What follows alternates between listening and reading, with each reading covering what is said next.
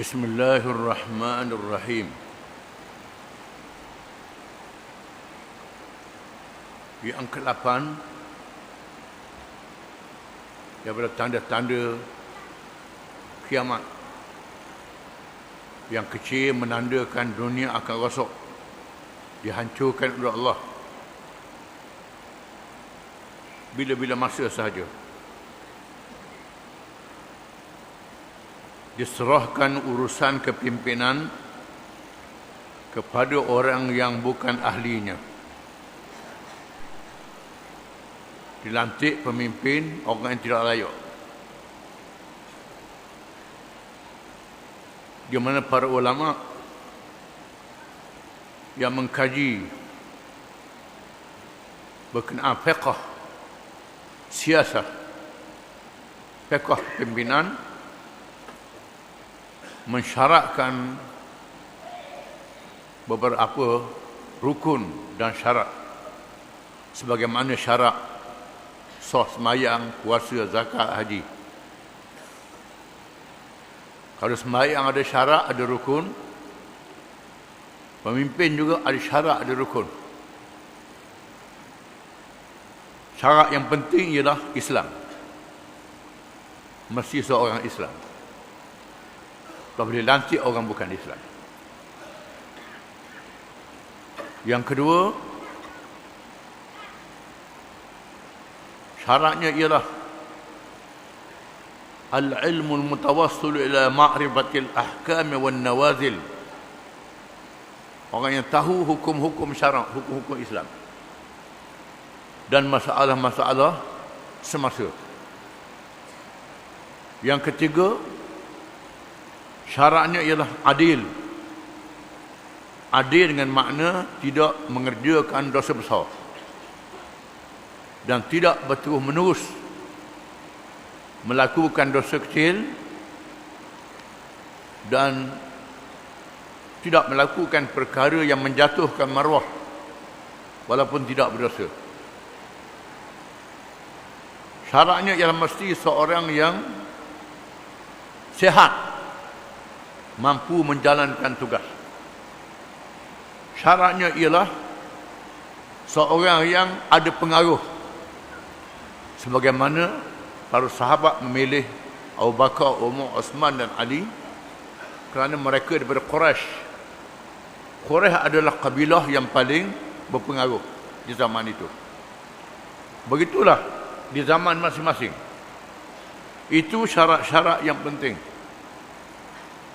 Tetapi di akhir zaman, orang Islam sudah tidak hera perkara ini. Seperti mewakilkan urusan umat kepada orang yang bukan ahlinya menurut hukum syarak. Menyerahkan urusan mendidik dan mengajar kepada orang yang bukan ahlinya, yakni kepada orang yang jahil. Orang jahil disuruh mengajar, ataupun dia alim dalam bab-bab yang tertentu, dalam bab yang tak tahu dia mengajar juga. Dia alim bab akidah yang berkait dengan tertentu, dalam bab fiqh, bab ibadat saja dia tahu, bab lain dia cara juga. Dia tak tahu bab muamalat, pergi cakap juga. Mesti dalam bab jinayat, hari ni orang cakap bab hukum hudud, habis pakai cakap hukum hudud belaka. Tak mengaji dalam bab itu. Apa lagi di zaman mutakhir, bila orang sebut ustaz, pakai kepiah, pakai serban, alim lah. Dia tak sedar setengah orang tu layak jadi imam, baca Fatihah ayat lazim je. Tak tahu hukum-hukum. Bahkan lantik jadi mufti. Orang yang tak cukup syarat jadi mufti. Habis jadi rosak umat. Ini tanda-tanda di akhir zaman yang Nabi sebut. Macam disebut dalam hadis bab taubat oleh Imam Nawawi, bila seorang yang mengerjakan dosa besar bunuh 99 orang, lalu dia menyesal, dia berjumpa dengan seorang rahib, seorang tok lebah. Dia tanya tok lebah tu, adakah Tuhan ampun dosa aku nak bertaubat. Tok Lebah tu kata, jahat sangat. Dia katuk Tok Lebah tu cukup sekatuk. Padang. Dia tak tahu dia jawab juga. Lalu dia cari orang alim. Tanya orang alim. Orang alim kata, macam mana Tuhan Maha Pengampun, Maha Penyayang. Dosa besar macam mana pun, kalau orang tu beriman, percaya pada Allah, iman dia ada, dia seorang Islam, dia bertaubat, Tuhan ampun. Aku nasihatmu jangan duduk dalam negeri ni. Duduk sini muka kawan orang jahat, pergi negeri lain. Dia pun kisah dalam hadis terkenal. Siapa tengah jalan mati, lalu balah malaikat rahmat dan malaikat azab nak bawa syurga ke neraka. Akhirnya Tuhan langkit malaikat yang lain jadi hakim dan lebih kepada negeri yang dia nak pergi. Niat dia betul, dia ampunkan dosanya. Ini ada hadis menunjukkan bahawa jangan tanya orang tak erti. Tengok dia ustaz, tanya bab hudud. Tengok dia ustaz, tanya bab riba. Tengok dia ustaz, tanya bab benda yang tidak tahu dalam masalah hukum hakam. Apa lagi masalah yang besar-besar di akhir zaman berlaku. Orang yang khianat dilantik menjadi pemimpin. Orang khianat, tahu dah khianat, jahat, lantik pemimpin juga. Urusan orang ramai dia beri pada orang yang tidak tahu mentadbir dengan betul. Tak tahu urus dengan betul. Latih dia juga. Pasal apa? Baik dengan kita. Baik dengan kita. Tolong kita semua. Atas tolong kita. Bukan mentadbir. Ini punah negara. Urusan wilayah ammah. Seperti kepimpinan negara dan kehakiman diberi kepada orang perempuan. Orang perempuan menjadi ketua negara ataupun perkara yang umum. Ammah, wilayah ammah. Di sini terdapat perbincangan di kalangan para ulama. Adakah pemimpin boleh orang perempuan? Ada hadis, kita baca kemudian. Berhubung dengan perkara ini, Abu Hurairah radhiyallahu anhu telah memberitahu kepada kita. Abu Hurairah menceritakan, بينما النبي صلى الله عليه وسلم يحدث القوم إذ جاءه أعرابي فقال متى الساعة فمضى رسول الله صلى الله عليه وسلم يحدث فقال بعض القوم سمع ما قال فكره ما قال وقال بعضهم بل لم يسمع حتى إذا قضى حديثه قال أين السائل عن الساعة قال أنا ذا يا رسول الله قال صلى الله عليه وسلم إذا ضيعت الأمانة فانتظر الساعة قال وكيف إضاعتها قال صلى الله عليه وسلم إذا وسد الأمر إلى غير أهله فانتظر الساعة رواه البخاري. Hadis riwayat Imam Bukhari, hadis yang sahih. Artinya sedang Rasulullah SAW berucap kepada orang ramai, tiba-tiba datang seorang badui. Orang badui ialah orang kawasan pendalaman yang jauh dari Madinah, jauh dari masjid tempat mengaji, tapi dia nak ke agama. Lalu ia terus bertanyakan Rasulullah SAW, bilakah berlakunya kiamat? Dia tanya Nabi, bila berlaku kiamat? Nabi sedang berucap kepada sahabat-sahabat. Dia masuk-masuk terus, dah tunggu. Wahai Rasulullah, kiamat bila?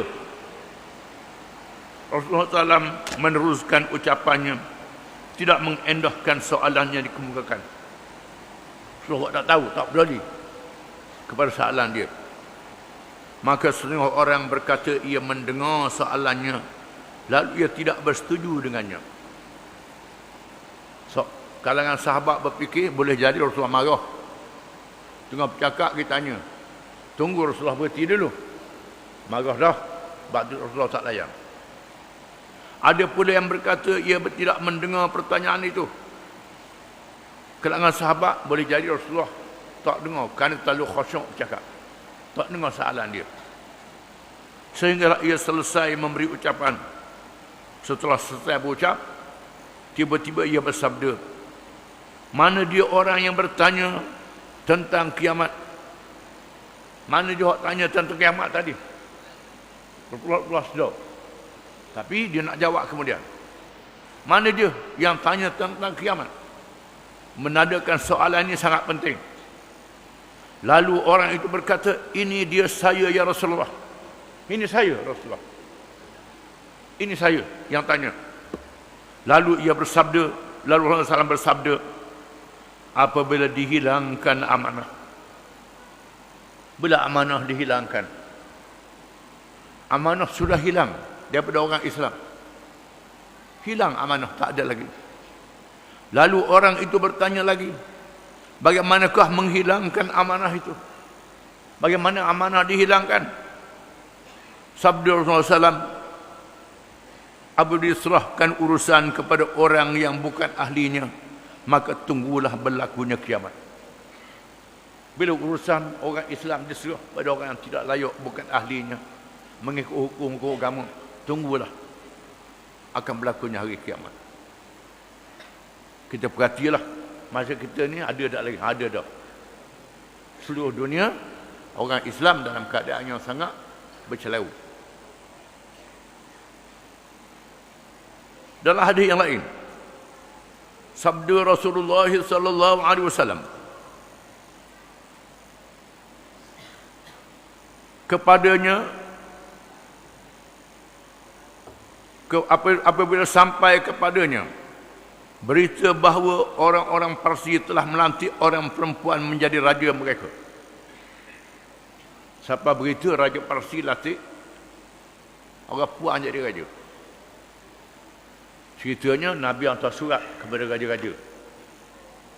Hantar surat kepada raja Rom, hantar surat kepada raja Habasyah, hantar surat kepada raja Masqat dan Oman, hantar surat kepada raja Mesir. Mengajak raja-raja ni masuk Islam. Kalau kamu Islam, kamu selamat. Raja Masqat dan Oman, raja Habasyah, raja Bahrain masuk Islam.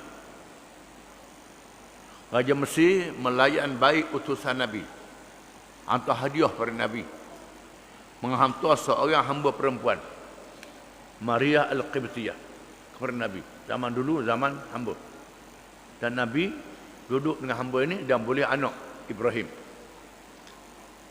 Dan Nabi berpesan pada sahabat-sahabat dia, bila kamu pergi ke Mesir, kamu jaga baik orang Mesir, kerana hubungan silaturahim, hubungan keluarga dengan aku. Walaupun ribu pupu, Nabi kira lagi. Kerana Hajar, isteri Ibrahim, melahirkan Ismail daripada Mesir.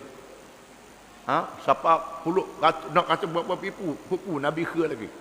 Kita ni, kat dua pupu, lupa dah. Lupa dah dua pupu. Pupu pada kena ada. Ini kena faham. Raja Mesir, Raja Rom, bila terima surat Nabi, lalu dia tanya, ada tak orang di Mekah ataupun di Madinah, tempat lahir Nabi ni, ada berniaga di Syam? Masa tu perniagaan antara Mekah dan Syam ada. Lalu ada dibawa Abu Sufyan.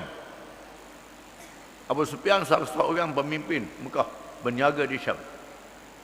Nabi tanya Abu Sufyan, betul ke ada orang mengaku jadi Nabi?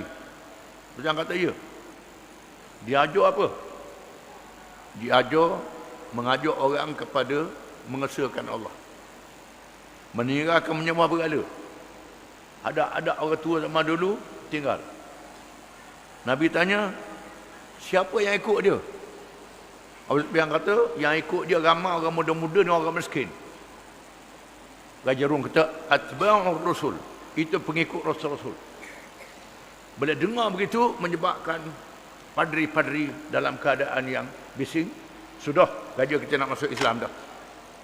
Lalu Padri kata sebenarnya aku tak masuk Islam. Aku cerita saja. Lalu dia layan utusan Nabi dengan baik. Balik. Kerana mengikut amalan antarabangsa, utusan adalah diplomat di zaman ini. Kita bermusuh macam mana pun dengan negara itu tak boleh kacau diplomat dia. Ini diajar zaman dulu dan Islam pakar hukum ini. Dia ada pun Parsi. Parsi sebaik saja menerima utusan Nabi, dihina utusan Nabi, dia sergah utusan Nabi. Ghassan terima utusan Nabi, bunuh utusan Nabi. Raja Parsi terima surat, siap koyok surat. Nabi kata, wa idza halaka Kisra fala Kisra ba'dah. Bila Kisra Raja Parsi jatuh, tak ada Kisra lepas dia lagi. Nabi kata akan dikoyok macam dikoyok surat dia. Masa tu utusan Raja Parsi. Lepas tu Raja Parsi suruh utusan dia, gubernur dari Yaman, Bazan pergi jumpa dengan Nabi. Nak tengok lagu mana. Jumpa dengan Nabi. Masa tu dia beritahukan Raja Parsi sudah mati. Raja Parsi mati. Dapat beritahu ke Nabi. Dan Bazan ni dipujuk masuk Islam. Balik ke Yaman membawa Islam, memimpin Islam di Yaman. Bazan. Bila dia beritahu, Raja Parsi melantik perempuan. Nabi bersabda, la yufliha qaumun walau amrahum imra'ah. Riwayat Bukhari. Artinya tidak mencapai kemenangan kaum yang melantik pemimpin urusan mereka seorang perempuan. Tak bahagia umat yang melantik pemimpin mereka perempuan. Dalam hadis yang lain, sabda Rasulullah SAW, idza kanat umurukum ila nisaikum fabatnul ardi khairul lakum min zahriha, akhrajahu Tabarani. Yani apabila berlaku urusan kamu diserahkan kepada kepimpinannya kepada perempuan di kalangan kamu, maka perut bumi menjadi lebih baik daripada belakangnya, dan tanah baik atas tanah, menandakan kebinasaan. Dalam hal ini terdapat pembincangan di kalangan para ulama. Ada ulama mengatakan dimaksudkan dengan hadis ini ia tidak boleh melantik menjadi ketua negara, menjadi raja, jadi presiden, jadi Perdana Menteri yang mengenai dengan urusan umum, tidak boleh. Adapun kalangan ulama mengatakan boleh dilantik menjadi ketua dalam urusan-urusan yang menasabah dengan orang perempuan. Kerana Allah Ta'ala jadikan manusia itu dengan sifat fitrah, sifat semula jadi masing-masing. Ada semula jadi yang sama, lelaki perempuan. Ada semula jadi yang berbeza. Melahirkan anak, menyusu anak, jaga anak di rumah. Ini sesuai dengan fitrah, sifat semula jadi orang perempuan. Orang lelaki tak boleh cari nafkah. Di sana ada benda yang sama, lelaki perempuan. Ini kena faham. Dalam masalah ibadat pun, kedegi ke Mekah, tawaf capur lelaki perempuan, sa'i capur lelaki puang, semayang dok orang puang duk suku. Ini kena faham.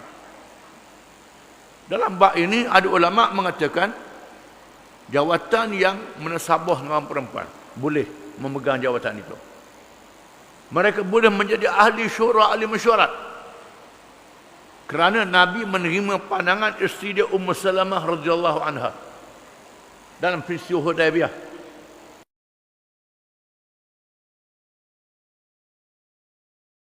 Rasa berat, bukan tak percaya Nabi, marah kepada musyrikin, marah.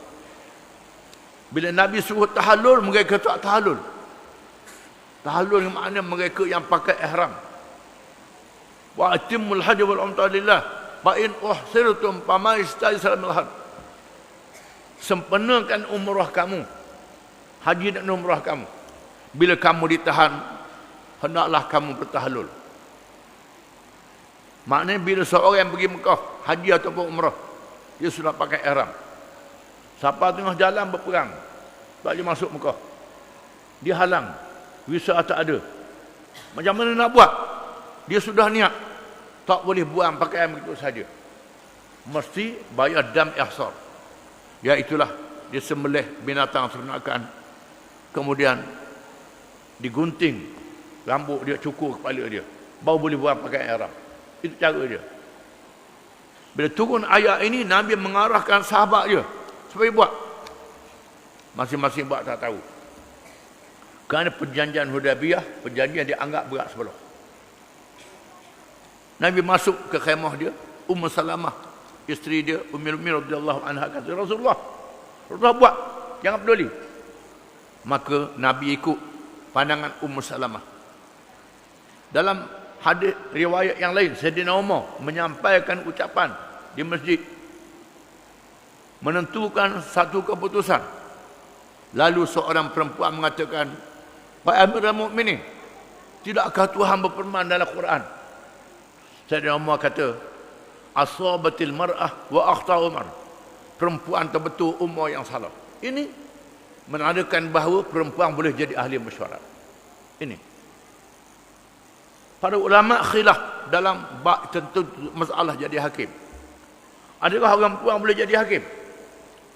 Mengikut mazhab Syafi'i, mazhab Hambali, dan jumhur beberapa mazhab yang lain, tak boleh orang perempuan menjadi hakim.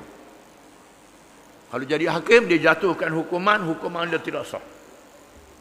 Mazhab Hanafi mengatakan orang perempuan kalau jadi hakim haram, hukuman dia diluluskan kerana darurat.